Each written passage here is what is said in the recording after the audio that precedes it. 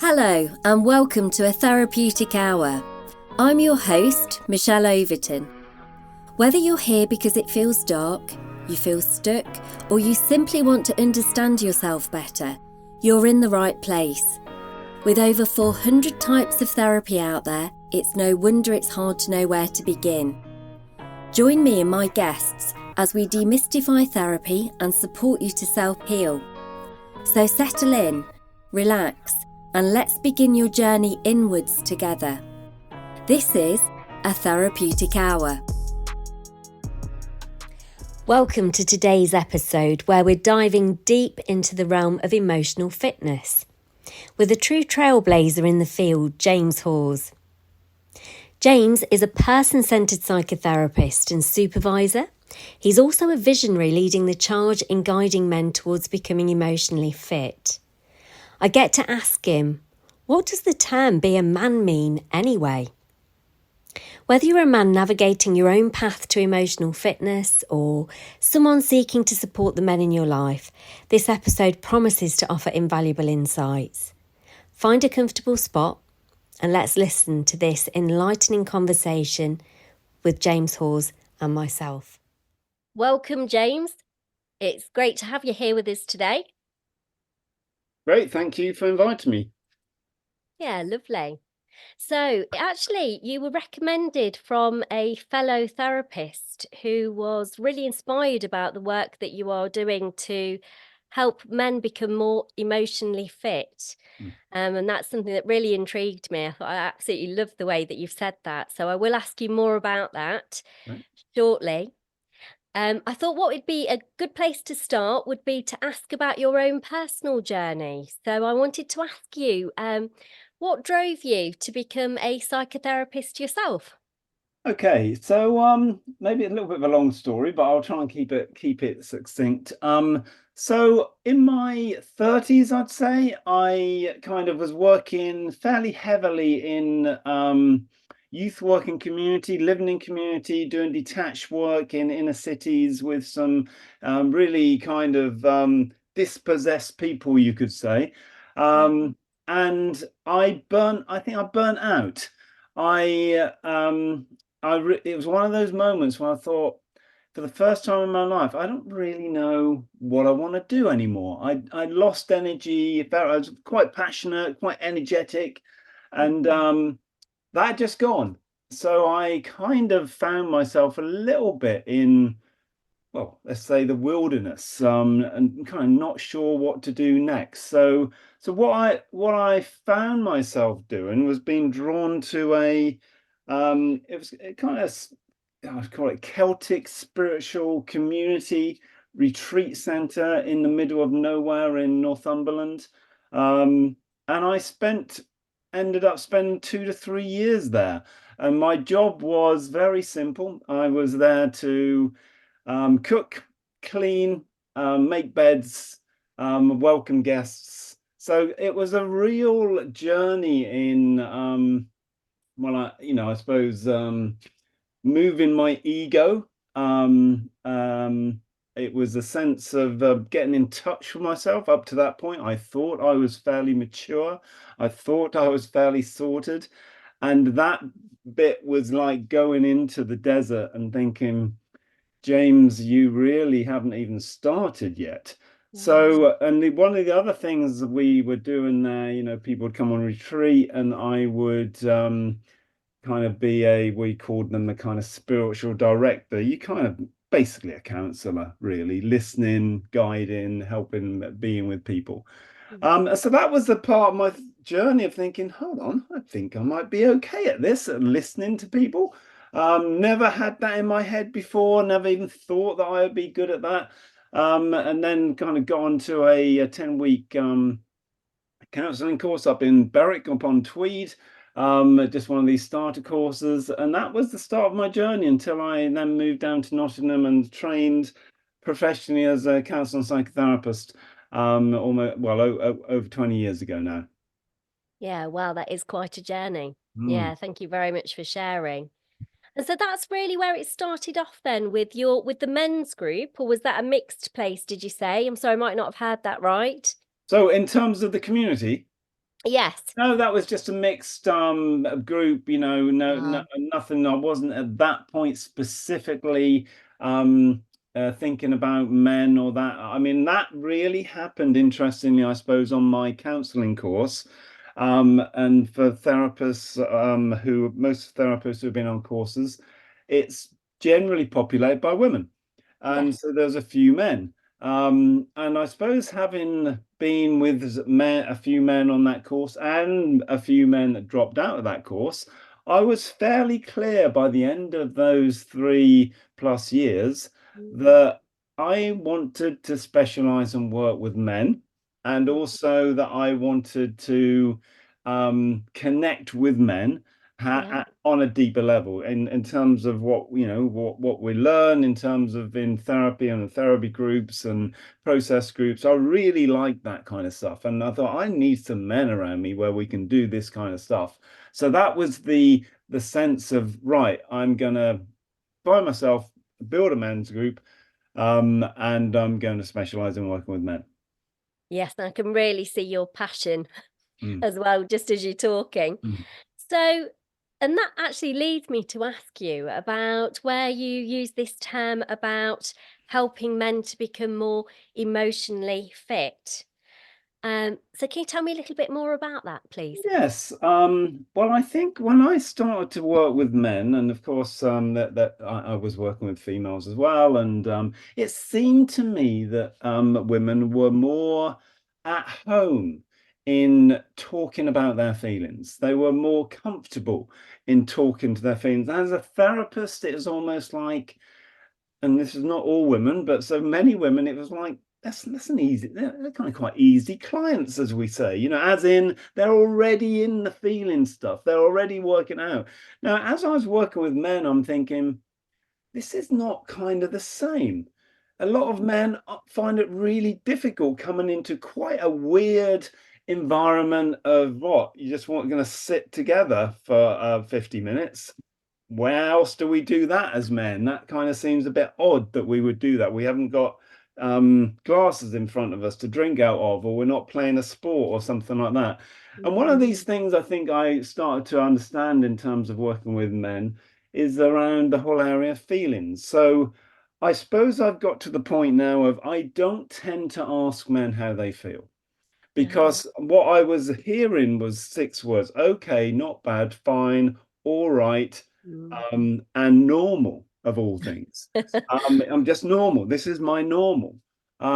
So that idea, I thought, well, I need to jettison that question. I'm not saying that question is totally out of the frame, but for Mm. most of the time, I really don't ask it.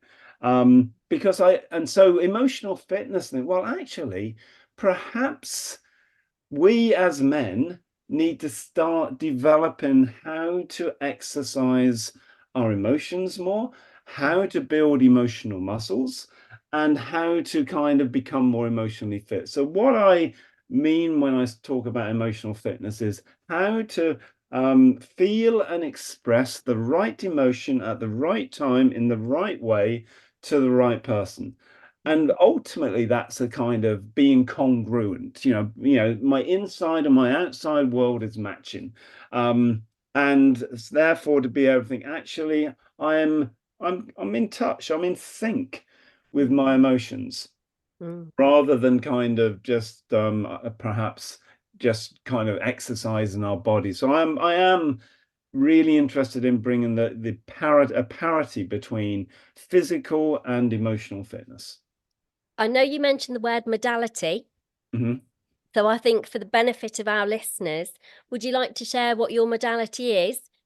Yeah, so my modality is person-centered, basically. I mean, person-centered is a kind of broad church, but it comes down to the relationship.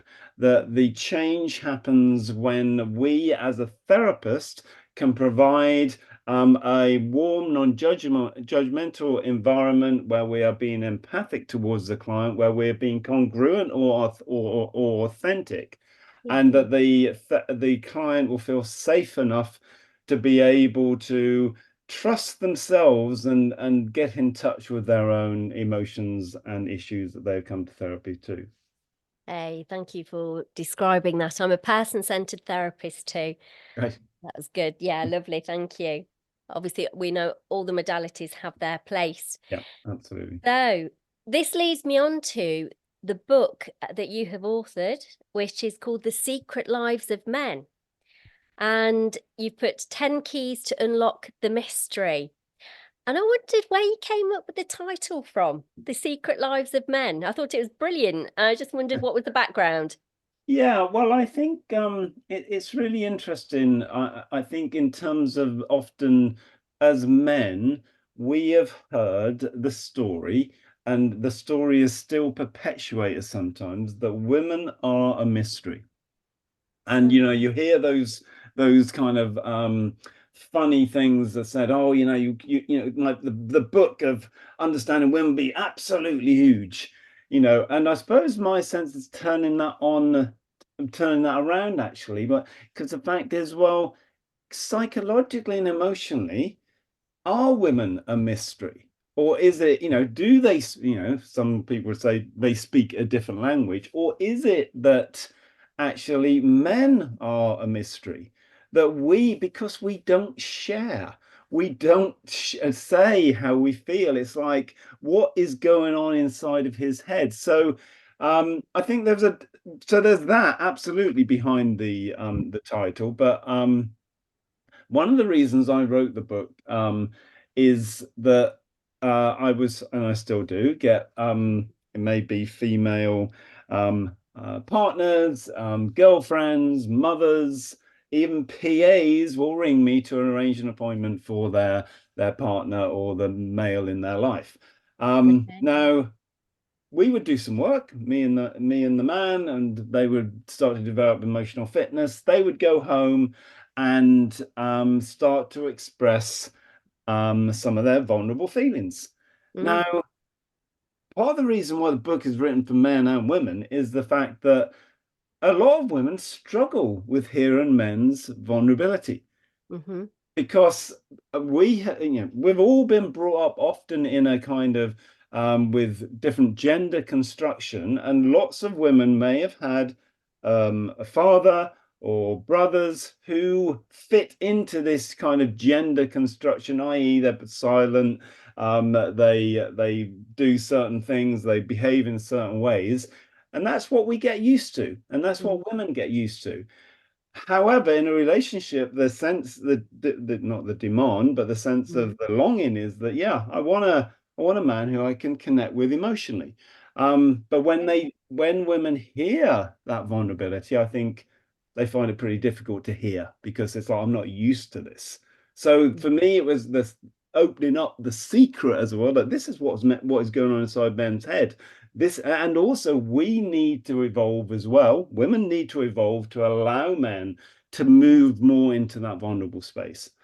And I have to say, as a woman, that I've read your book and I have found it incredibly interesting. I've been able to take a lot away from it. And especially when I looked at these 10 keys too, that Mhm. I wanted to bring up a couple of the points that I looked at. Yeah, sure. So with the 10 keys, did you want to say any more about the 10 keys in the book, or would you like me to ask you No, yeah, you can questions? carry on. That's fine. Yeah, okay. So I looked at key 2 in the book where you mention a phrase, be a man. And I wanted for you to elaborate on that. We hear that all the time, don't we? Or I definitely have done as I was growing up. So Mm. what does that mean? Well, good question. Well, I think that in terms of that chapter, I was talking a little bit about the kind of construction of masculinity and the kind of rules of the what we call the male code.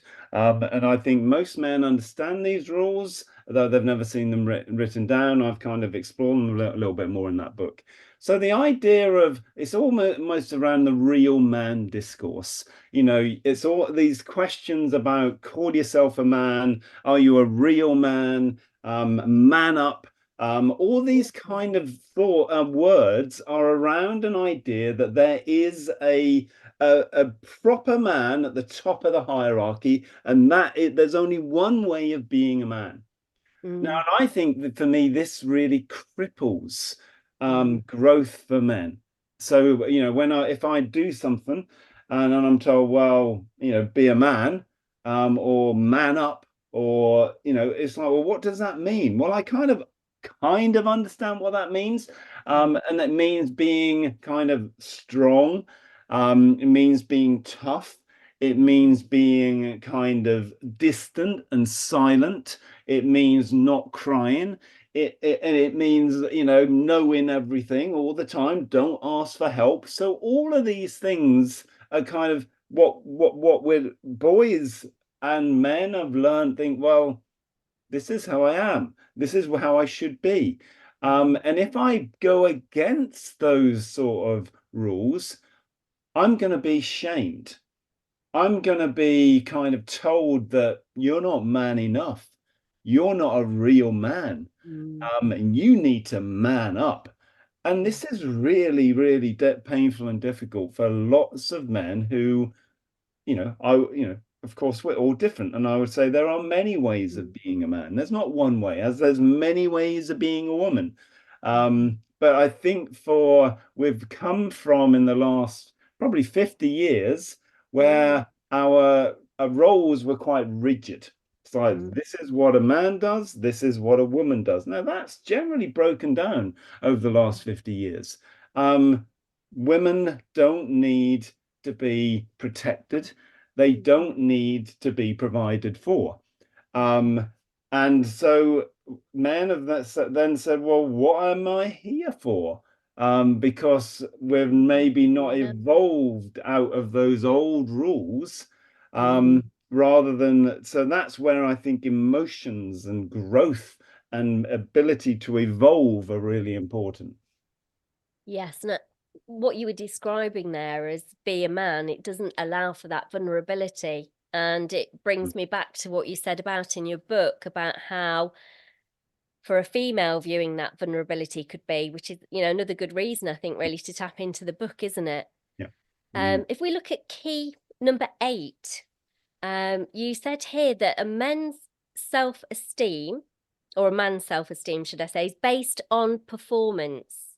And I absolutely loved this. You said you are a human being, not a human doing. And something I've been really interested in lately is people will talk about this masculine energy mm, and feminine energy, and the masculine energy being around doing, mm, and the feminine energy being around being. So I wanted to explore that a bit more. I love how you've just, put that you're a human doing. mm. Well, I think it's an interesting thing, isn't it? I suppose that even, if we were to discuss, and maybe we haven't got time, it's not to do that, about the idea of, again, masculine and feminine energy and what that Mm. actually means and where's that come from in that perspective. It's a bit like saying sometimes, men need to get in touch with their feminine. Yes, Well, or I do I? agree. Am I a human? Are you a human? It's like, well, we've got all these aspects to ourselves. Maybe I would use the language of parts. There's different parts of self. Yeah. And maybe I've just highlighted certain parts, and that might be to do with my masculinity, the way that I've learned about what being a man is, but there's other parts of me that need to be nurtured or need to be pushed forward. So I think that for me, the parts is a more Mm. useful language. In terms of performance-based self-esteem, I think I came to that kind of concept and understanding from the idea that, well, why is it that men want to keep on why is doing so important? Let's go back to that. Why is doing? You can see men when they get together. I've heard of men going on stag do's and that. They're playing golf. They're then going to go straight from golf to tennis. Then going to be drinking, have a big drinking session. Then they're always doing, doing, doing, doing. It's almost like we can't stop. We can't talk. We can't just be. We can't just be in each other's company. That'd be a bit freaky. That'd be a bit weird, wouldn't it? So we got to be doing something else. And Yeah. then it's okay. We might want to talk then, but as long as we're doing something. So some people call that the kind of indirect communication, shoulder to shoulder, and we often say about, if you want to talk to your son or whatever, do it shoulder to shoulder. Now, I think there's a truth to that because that's what we're used to. However, boys and men are absolutely quite able to do direct communication, eyeball to eyeball, if you like, absolutely to be able to stretch them to do that. Now, again, I know I have to come back, but the performance-based self-esteem, I think, is Mhm. based on the sense of, well, I will only be able to feel I'm good enough or I feel good about myself if I do something well, Yes. if I do this job. And I think there's a question here, you see, of why is it? And I know this is not just men, but there are men who seem to have achieved huge amounts in life, as in financially, Mm, and they never stop. They've never got enough. There's mm, always more. There's a lot of in our society old men who are still, they might be millionaires and all that, but they never stop. And it's mm, like, well, why not? Why are you not stopping? Why mm, would you keep on? You've got mm, nothing to prove. So is your ego still, you haven't kind of moved into the second half of life yet, so mm, your ego is still trying to be proved or something like that. And I think there's also a link here with the father. So mm, for me, is in terms of most of us as men, and I would say, and I've done some research on this in terms of the thousands of men I've worked with over the last 20 years in groups and individually, is that mhm, I would say 95% of men have had a unhealthy relationship with their father, or they've not had a real connection with their father. They have not heard their father say to them, I love you, son. Well done. I'm proud of you. I love the way you do that. That is fantastic. They haven't heard those kind of words. mm, But sometimes I think men keep driving and keep going because they're trying to fill that void. They're mm, trying to fill, well, okay, if I keep performing, then I will be worthy.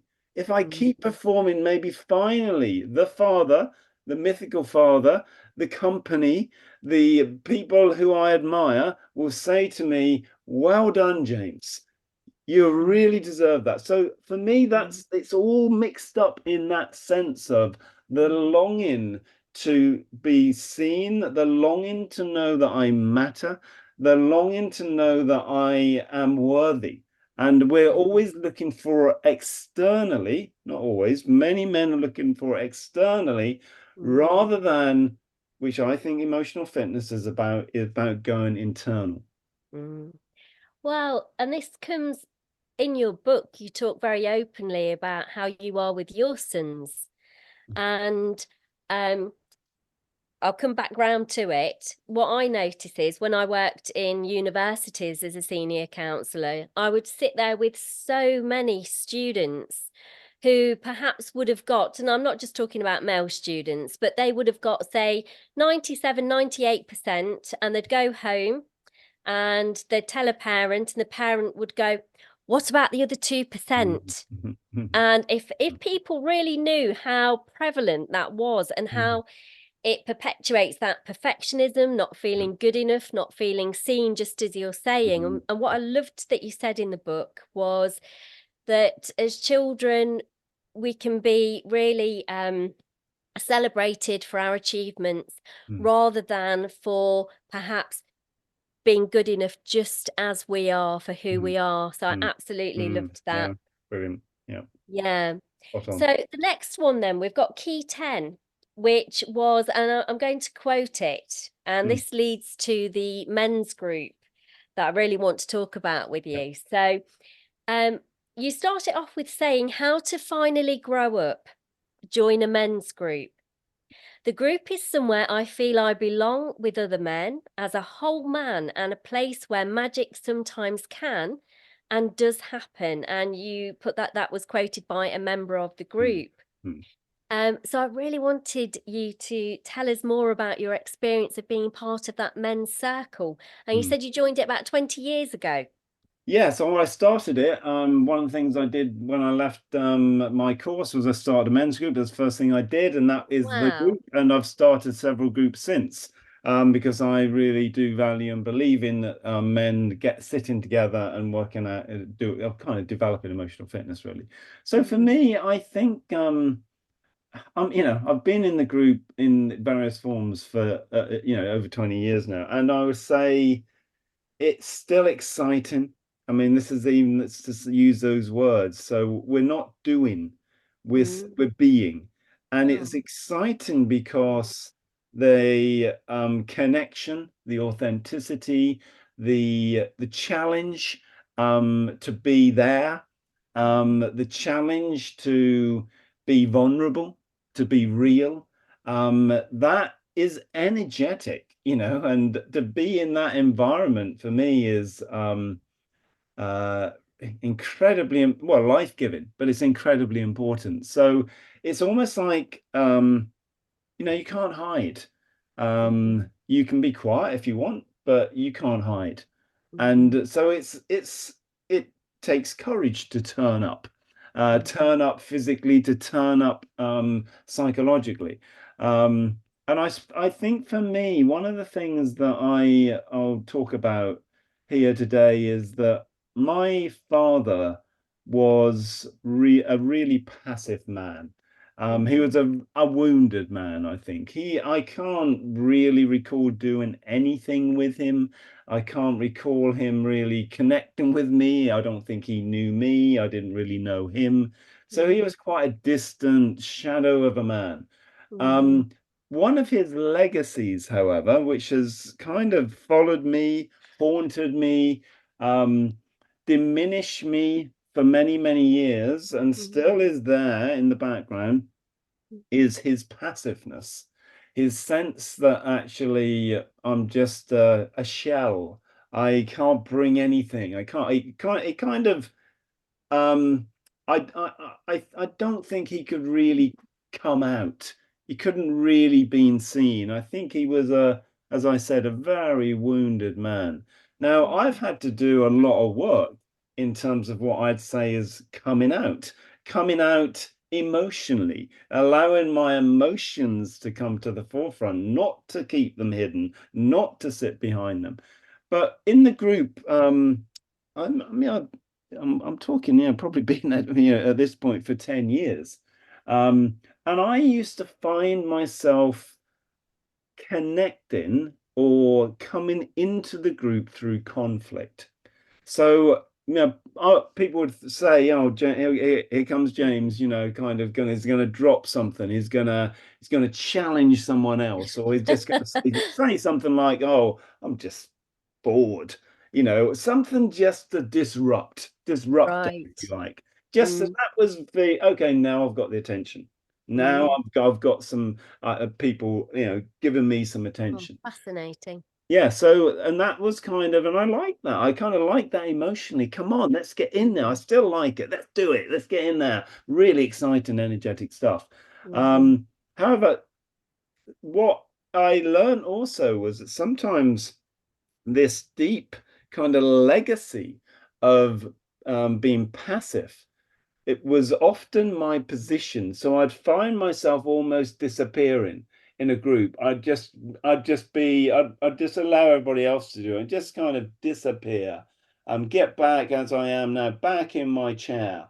mm, And I'd physically having to bring myself forward onto my mm, knees to kind of make sure I'm here. mm, Um, and so what I'd kind of discovered, oh, this is what I do. This is my way of, okay, I don't know how else to get in, so I'm just going to throw a grenade in, as it were.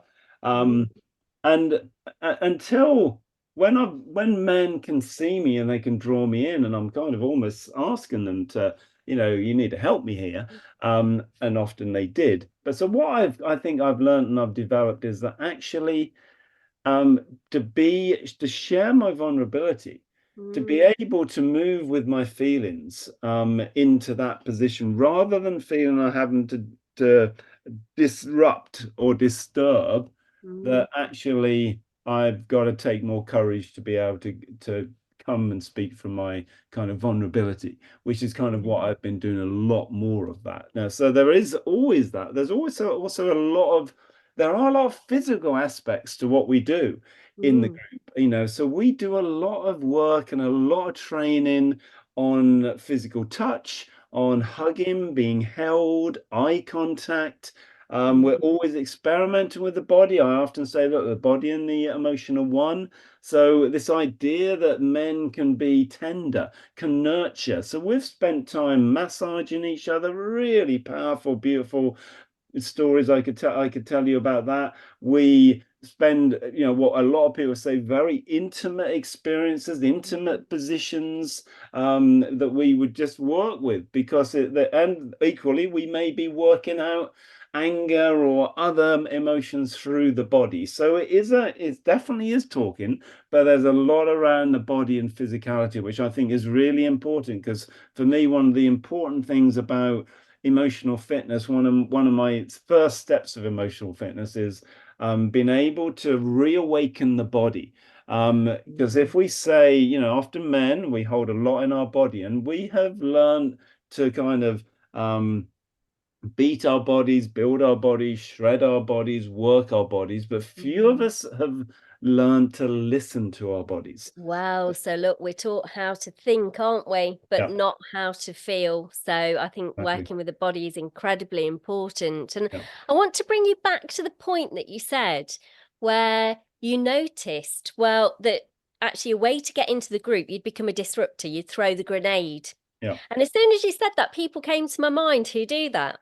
Okay. So that's a deep level of awareness. And can you remember when you actually noticed that that was something that you were doing?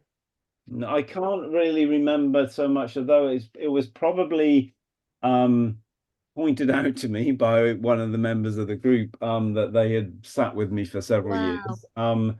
But Yeah. it's equally interesting that that part of me is really important to show up for another part. So maybe another man who really struggles with conflict, has had a real conflictual kind of stuff, Mm, physical conflict, or verbal conflict in his past. So he's quite scared about it.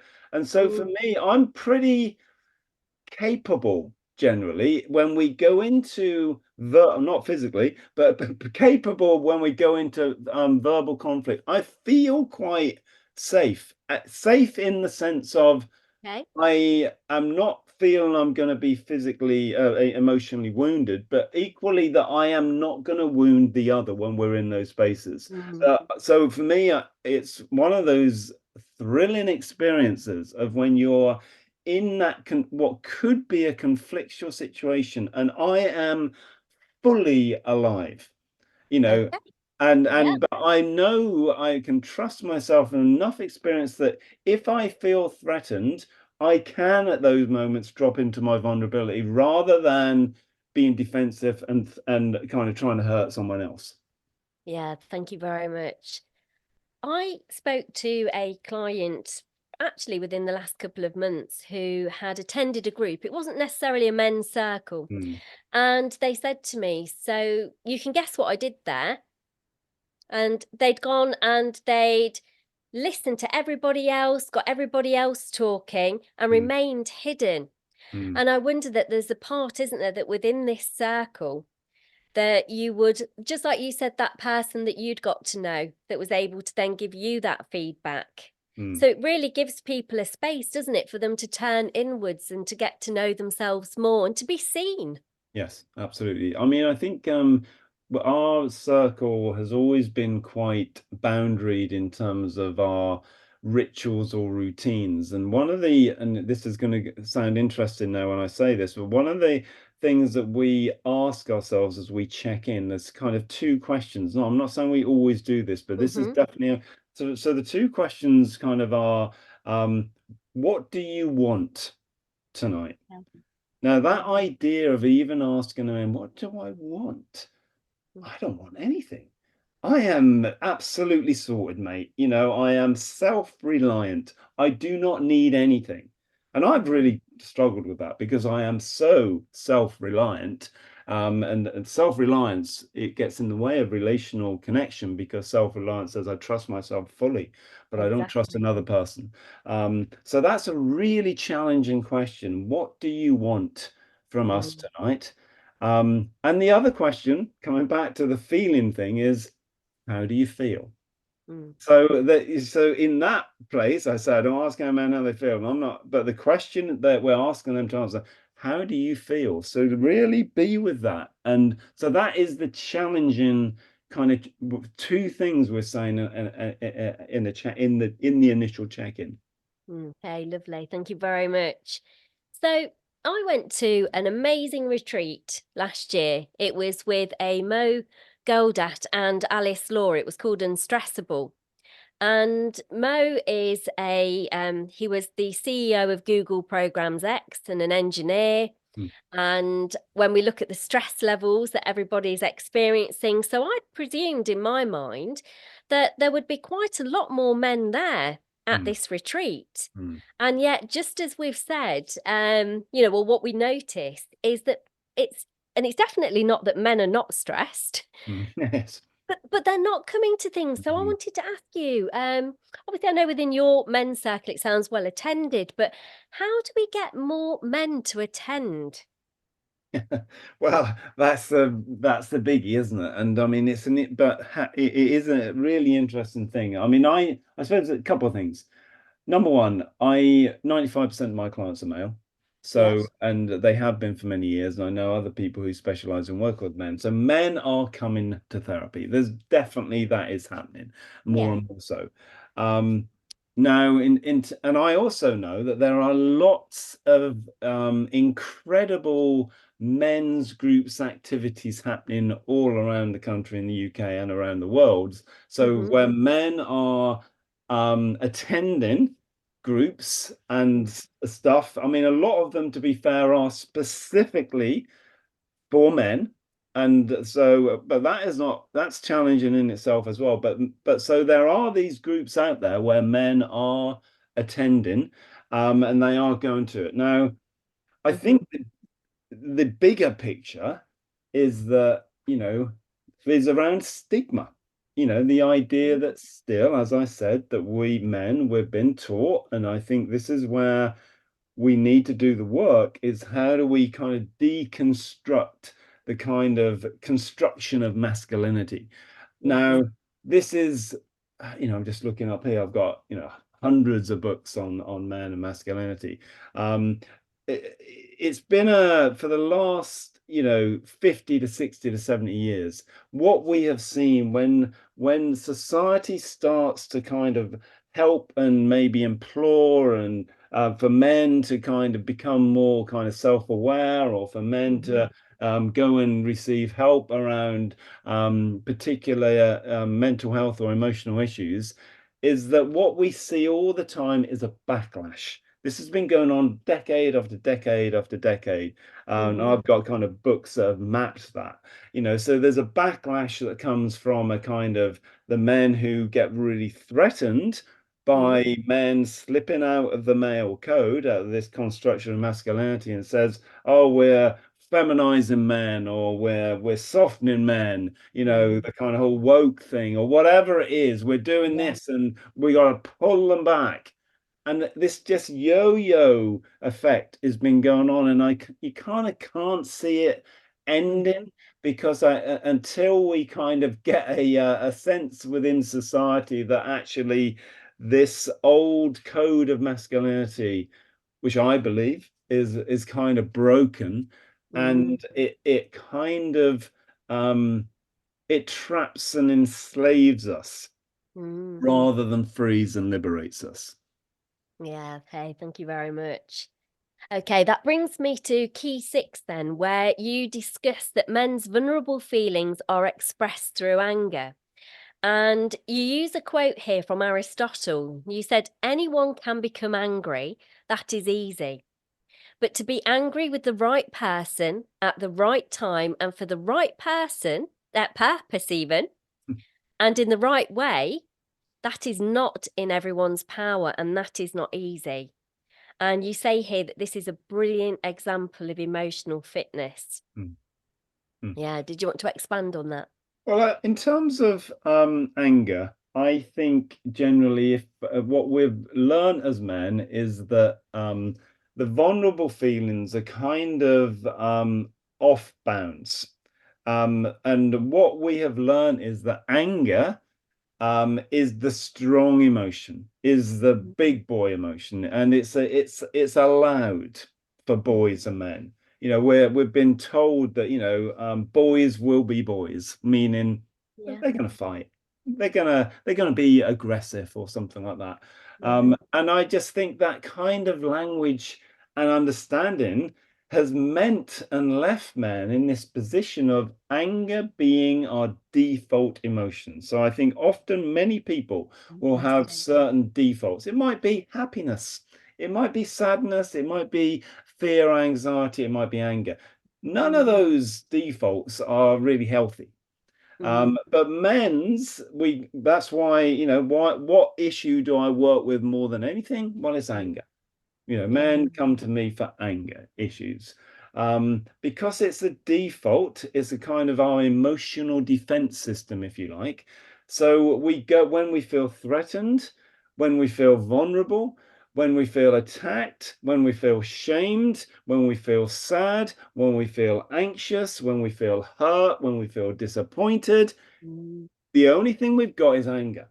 And the mm. anger that seeps out, it could seep out through passive aggressive. It could explode out through aggression and rage. Yes. So this old tool, and I think of this unhealthy anger expression, Mm, is ultimately stopping men growing and developing mm, emotional fitness. And that for me, mm. that's why the work of anger and Yeah. working in the area and field of anger is really important. What is helpful and healthy about anger? Well, I think I would say that, you know, all emotions are absolutely fine. Mm, We could say it's an interesting thing, isn't it, when we ask the question, what is healthy about anger? I mean, we could say, what is unhealthy about happiness? mm, Or what is unhealthy about sadness? But because these emotions, but because we have anger, is the sense of generally in most societies, not all, mm, that we see anger as something that is ultimately going to lead to aggression, and it's something that we have to kind of be on top of. We need to suppress or repress or suck up, mm, or keep in control of. So we're told all these things about anger that it's basically we've got out from the outset. It's bad, yes. and and for me, it's like, well, if that's the starting point, Mm, we're really not going to be in touch with the importance of yeah. anger, Yeah. and the importance of this normal, healthy emotion.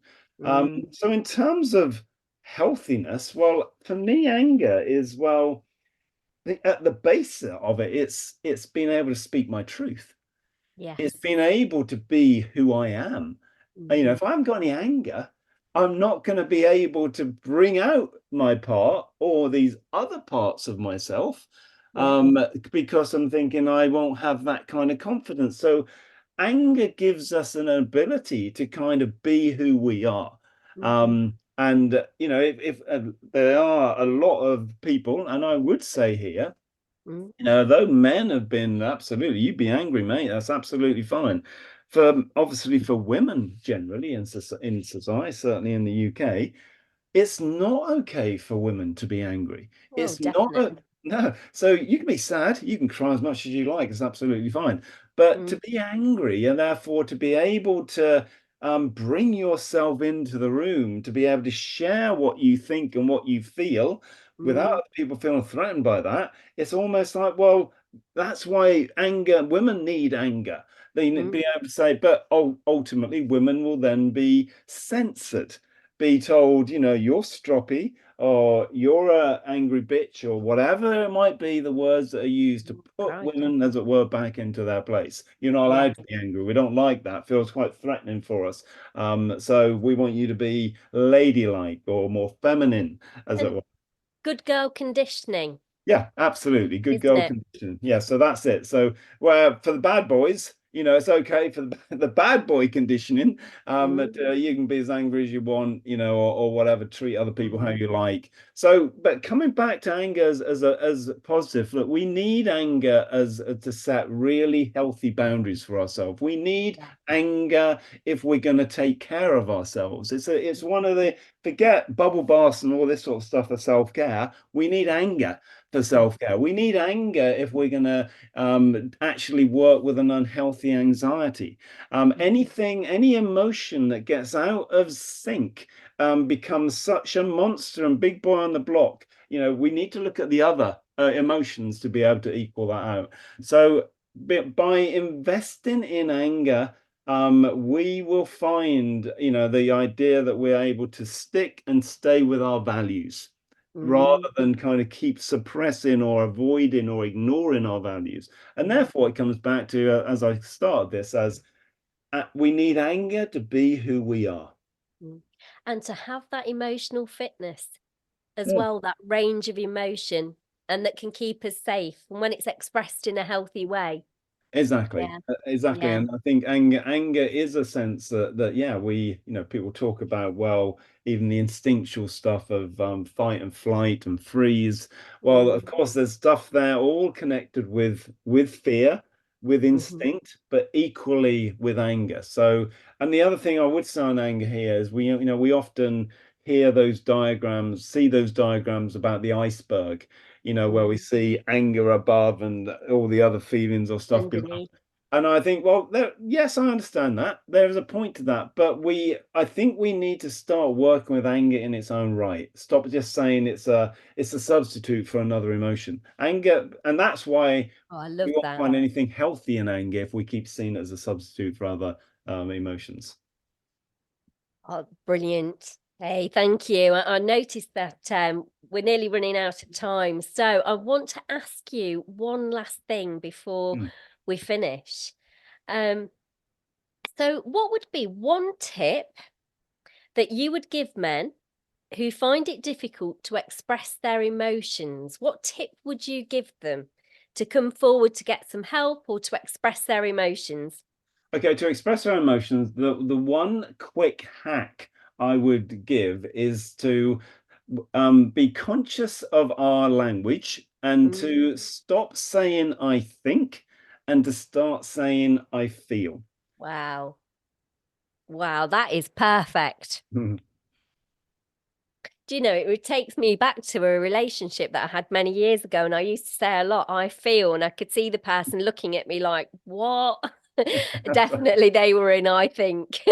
Yeah, So well, that's that. Yeah, it's rational. And thinking we see as rational, don't we? Cognitive. We're safe on those grounds. We're feeling crazy. They're a bit all over the place. We're not so secure on those. And I think the idea of being able to talk about a rationality of feelings rather than kind of thinking and the cognitive abilities are rational. I think there's a real rationality about Mm, feelings, and this for me is really important using this kind of language for men especially could think, right, yeah, they're not wacky feelings. They are absolutely sound. They're mhm, grounded. They are important. They make sense. yeah, So let's talk about the rationality of feelings. mm. And just to end there, you know, you cannot believe that we used to say to little boys, they don't cry. Mm, Obviously, I know I'm being very gender specific, but because what have men are men not human? Have they mm, not got feelings? It no, is ludicrous, isn't it? it's So I crazy.